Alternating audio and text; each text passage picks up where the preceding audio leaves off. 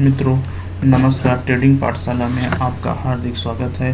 आज हम जिस टॉपिक के ऊपर वीडियो बना रहे हैं, इससे संबंधित कई ईमेल विगत दिनों से आ रहे हैं कि सर हमें शेयर मार्केट में लगातार लॉस हो रहा है और हम इससे कैसे बचें। तो आप इस वीडियो को अंत तक देखें और मैंने आपको जिस तरीके से समझाने का प्रयास कर रहा हूँ, यदि आप इसको अच्छी तरह से समझते हैं तो आपकी ट्रेडिंग स्किल में इम्प्रूवमेंट होगा, साथ ही आपकी ट्रेडिंग स्किल नेक्स्ट लेवल की हो जाएगी। तो हम लोग चलते हैं स्लाइड पे और ये देखने की कोशिश करते हैं कि हम लोग एक फार्मूले के माध्यम से ये समझने की कोशिश करेंगे कि हमको शेयर मार्केट में जो लॉस हो रहा है उसको हम लोग कैसे उससे बच सकते हैं। तो आप देख रहे हैं स्लाइड पे लिखा हुआ है कि शेयर मार्केट में लॉस से बचने का फार्मूला। इस फार्मूले का नाम है डेरर फार्मूला। डेरर फार्मूले को हम समझते हैं कि D stand for develop your trading plan, E stand for execute, R stand for record, R stand for review. अब हम एक एक पॉइंट को नेक्स्ट स्लाइड में विस्तृत समझने की कोशिश करेंगे कि इनका मतलब क्या होता है। अब हम लोगों के सामने ये नेक्स्ट स्लाइड आ गई है और हम लोग देख रहे हैं जिसमें लिखा हुआ है कि D stand for develop your trading plan. जब हम लोग कोई ट्रेडिंग प्लान डेवलप करते हैं तो अपने आप से हमको 7 प्रश्न पूछना है। पहला प्रश्न है what is your time frame, यानी कि आप किस टाइम फ्रेम में ट्रेडिंग कर रहे हैं। आप या तो इंट्राडे ट्रेडिंग कर रहे होंगे या तो आप स्विंग ट्रेडिंग कर रहे हैं। यदि आप इंट्राडे ट्रेडिंग कर रहे हैं तो आप लोअर टाइम फ्रेम को देख रहे होंगे। यदि आप स्विंग ट्रेडिंग कर रहे हैं तो आप लार्जर टाइम फ्रेम को देख रहे होंगे, जैसे कि डेली या वीकली टाइम फ्रेम। और इन टाइम फ्रेम के ही आधार पर आप अपना ट्रेडिंग प्लान बना रहे होंगे। इसके बाद आपको दूसरा प्रश्न पूछना चाहिए कि what market are you trading. कहने का मतलब ये है कि जब आप ट्रेडिंग प्लान बनाते हैं तो आप अपने आप से ये भी पूछिए कि आप किस मार्केट में ट्रेड कर रहे हैं। आप इक्विटी मार्केट में ट्रेड कर रहे हैं या कमोडिटी मार्केट में ट्रेड कर रहे हैं या फॉरेक्स मार्केट में ट्रेड कर रहे हैं या क्रिप्टो मार्केट में ट्रेड कर रहे हैं। यदि आप इक्विटी मार्केट में ट्रेड कर रहे हैं तो आपको ये देखना चाहिए कि आप किस प्रकार के स्टॉक में ट्रेड कर रहे हैं, यानी कि what type of stocks will you trade, यानी कि आप लार्ज कैप के स्टॉक में ट्रेड कर रहे हैं या मिड कैप के स्टॉक में ट्रेड कर रहे हैं या स्मॉल कैप के स्टॉक में ट्रेड कर रहे हैं। तो आपको सबसे पहले ये डिसाइड करना पड़ेगा। यदि आप कमोडिटी मार्केट में ट्रेड कर रहे हैं तो आपको देखना पड़ेगा कि आप MCX के अंतर्गत आने वाले बुलियन, मेटल या एनर्जी में ट्रेड कर रहे हैं या NCDEX के अंतर्गत आने वाले स्टॉक में आप ट्रेड कर रहे हैं। यदि आप फॉरेक्स मार्केट में ट्रेड कर रहे हैं तो आपको ये देखना पड़ेगा कि आप किस करेंसी पेयर पे फोकस कर रहे हैं। यदि आप क्रिप्टो मार्केट में ट्रेड कर रहे हैं तो आपको देखना पड़ेगा कि आप क्रिप्टो की किस करेंसी पे आप ट्रेड कर रहे हैं। तो आपको जब ये ट्रेडिंग करना होगा तो आपको ये डिसाइड करना पड़ेगा कि आप किस मार्केट को चुन रहे हैं। और तीसरा क्वेश्चन आपको अपने आप से पूछना पड़ेगा what are the condition of your trading setup, यानी कि आपकी ट्रेडिंग सेटअप के लिए क्या क्या कंडीशन हो सकती है। जैसे कि बहुत से लोग जो ट्रेडिंग करते हैं तो ब्रेकआउट के ऊपर वो ट्रेडिंग करते हैं, ब्रेकआउट के ऊपर ट्रेडिंग करते हैं। वो ब्रेकआउट हो सकता है कि 50 डेज़ का ब्रेकआउट हो या 100 डेज़ का ब्रेकआउट हो या 200 डेज़ का ब्रेकआउट हो। और कुछ लोग ट्रेडिंग करते हैं तो वो इंडिकेटर बेस्ड ट्रेडिंग करते हैं। इंडिकेटर बेस्ड ट्रेडिंग का मतलब ये होता है कि या तो वो RSI का कोई सिस्टम फॉलो कर रहे हैं या MACD का कोई सिस्टम फॉलो कर रहे हैं या मूविंग एवरेज का कोई सिस्टम फॉलो कर रहे हैं। तो आपको जब भी कोई ट्रेडिंग करना है तो अपने ट्रेडिंग सेटअप को डिसाइड करना होगा और उसी ट्रेडिंग सेटअप के साथ आपको आगे बढ़ना होगा। और आगे हम लोग नेक्स्ट स्लाइड पे चलते हैं और देखने की कोशिश करते हैं कि हमारा जो चौथा प्रश्न हमको अपने आप से पूछना है कि how will you exit your trade if you are wrong. यदि हम मार्केट में गलत होते हैं तो हमको कब निकलना चाहिए। नंबर एक तो हम अपना हमेशा स्टॉप लॉस मेंटेन करके चलते हैं कि यदि हमारा ट्रेड गलत होता है तो हम स्टॉप लॉस पे निकल जाएं। दूसरा, सपोज दैट मान लीजिए कि हम किसी ब्रेकआउट पे ट्रेड कर रहे हैं, सपोज दैट मान लीजिए कि ये कोई रेजिस्टेंस है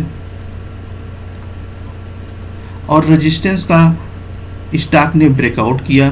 ब्रेकआउट करने के बाद यहाँ पर कोई एक बुलिश कैंडल बनी और बुलिश कैंडल के आधार पे हमने अपना ट्रेड एक्जीक्यूट किया और ये ट्रेड मान लीजिए कि ये एक फास्ट ब्रेकआउट हुआ और ये ट्रेड हमारे अगेंस्ट चलने लगा, तो हमको एक स्टॉप लॉस इस कैंडल के नीचे मेंटेन करना पड़ेगा कि यदि हमारा ट्रेड गलत हुआ तो हम इस स्टॉप लॉस के साथ अपने आप को बाहर कर लेंगे। और पांचवा क्वेश्चन हमें अपने आप से पूछना चाहिए कि how will you exit your trade if you are right. कहने का मतलब ये है कि यदि आप ट्रेड में राइट भी हैं तो आपको कब निकलना चाहिए। देखिए, इस प्रश्न का आंसर ये है कि आप दो परिस्थितियों में बाहर निकल सकते हैं। नंबर एक, या तो आप पहले से अपना टारगेट डिसाइड कर लीजिए कि हमारा टारगेट क्या होगा। दूसरी स्थिति ये हो सकती है कि आप ट्रेलिंग स्टॉप लॉस का यूज़ कीजिए, सपोज दैट मान के चलिए कि यदि कोई stock swing high swing low करके वो ऊपर की तरफ जा रहा है और आपने इस स्टॉक को यहाँ पे बाई किया हुआ है, इसके बाद वो स्टॉक अपना एक स्विंग हाई लगाता है, इसके बाद एक स्विंग लो लगाता है और स्विंग लो लगाने के बाद वो अपने प्रीवियस हाई को ब्रेक करके ऊपर की तरफ जाता है, तो आप अपने स्टॉप लॉस को इस स्विंग लो के पास ले जाएंगे। इसके बाद फिर स्टॉक एक नीचे स्विंग लो लगाने के बाद फिर स्विंग हाई लगाता है, तो आप इस स्टॉप लॉस को ऊपर उठा के इस स्विंग लो के नीचे ले जाएंगे। इस तरह से आप अपने ट्रेलिंग स्टॉप लॉस को आगे की तरफ बढ़ाते जाएंगे और हर मोमेंट को आप पकड़ने की कोशिश करेंगे। जब ये ट्रेंड रिवर्स होगा तो आपका स्टॉप लॉस आपको बचा लेगा। अब छठवां क्वेश्चन अपने आप से पूछना है, how much do you risk पर ट्रेड। यानी कहने का मतलब ये है कि आप अपने ट्रेड में कितना रिस्क लेना चाहिए, आपको अपने ट्रेड में कितना रिस्क लेना चाहिए। तो इसमें मेरा कहने का मतलब ये है कि अपने होल अमाउंट का या तो आप 0.5% या 1% ही आप अपने होल अमाउंट का रिस्क आपको लेना चाहिए। और सातवां क्वेश्चन ये है कि how many units do you trade. कहने का मतलब ये है कि आपको कितने यूनिट ट्रेड करना चाहिए। तो सबसे पहले आपको तो ये डिसाइड करना पड़ेगा कि डिफाइन करना पड़ेगा कि आपकी एंट्री किस पॉइंट पे हो रही है। आपको पहला डिसाइड करना पड़ेगा कि आपकी एंट्री किस पॉइंट पे हो रही है। दूसरा, आपको स्टॉप लॉस डिसाइड करना पड़ेगा। तीसरा, आपको ये डिसाइड करना पड़ेगा कि कितना अमाउंट आप रिस्क में डाल रहे हैं, कितना अमाउंट जो है आप रिस्क में डाल रहे हैं। और चौथा, इसके बाद अपनी पोजीशन साइज को डिसाइड करना पड़ेगा। जब आप इन सब चीज़ों को ध्यान में रख लेंगे तभी आप अपनी पोजीशन साइज को डिसाइड कर पाएंगे। अब हम लोग चलते हैं नेक्स्ट स्लाइड पर, जैसा कि आप देख रहे हैं कि आपके सामने अब ये दूसरा टॉपिक है, इसमें लिखा हुआ है ई स्टैंड फॉर एक्यूट। अब हमको अपना ऑर्डर एक्यूट करना है। जब हम अपना ऑर्डर एक्यूट करते हैं तो हमारे सामने 5 परिस्थितियाँ उत्पन्न हो सकती हैं। पहला, या तो हमको ब्रेक इवन ट्रेड मिले, कहने का मतलब हमको नो प्रॉफिट नो लॉस का ट्रेड मिले। या दूसरी परिस्थिति हमारे सामने उत्पन्न हो सकती है कि हमको स्मॉल विंस हो, मतलब हमको एक छोटा प्रॉफिट हो। या तीसरी स्थिति उत्पन्न हो सकती है कि हमको स्मॉल लॉस हो, हमको एक छोटा सा लॉस हो। या चौथी स्थिति उत्पन्न हो सकती है कि हमको एक बड़ा प्रॉफिट हो। और पांचवी स्थिति उत्पन्न हो सकती है कि बिग लॉस हो। तो अब हमको ये प्रयास करना चाहिए कि हमको बड़े लॉस से बचना चाहिए। बड़े लॉस से बचने के लिए हमको प्रॉपर हमको रिस्क मैनेजमेंट करना चाहिए, जिससे हम लोग बड़े लॉस से बच सकें। और जब हम बड़े लॉस से बचेंगे तभी हम लोग प्रॉफिटेबल बन सकते हैं। अब हम लोग चलते हैं नेक्स्ट स्लाइड पर। मित्रों, जैसा कि आप देख रहे हैं, अब हम लोग नेक्स्ट स्लाइड पे आ गए हैं। नेक्स्ट स्लाइड यानी कि तीसरा टॉपिक, इसमें आर स्टैंड फॉर लिखा हुआ है रिकॉर्ड। रिकॉर्ड का मतलब ये होता है कि जब आप अपना ट्रेड एक्यूट करते हैं तो आपको अपना ट्रेड एक्यूट करते समय आपको ये देखना है कि आप किस डेट को अपना ट्रेड एक्यूट किए हुए हैं। उस डेट को आपको एक लेजर में मेंटेन करना है। तो पहले आप अपने डेट को मेंटेन करेंगे, इसके बाद टाइम फ्रेम। दूसरे पॉइंट पे हम लोग टाइम फ्रेम डिसाइड करेंगे कि आप लोअर टाइम फ्रेम पे काम कर रहे हैं या आप लार्ज टाइम फ्रेम पे काम कर रहे हैं। जब आप अपने 2 पॉइंट को डिसाइड कर लेते हैं, फिर हम लोग तीसरे पॉइंट को डिसाइड करते हैं कि हमारा सेटअप क्या होगा।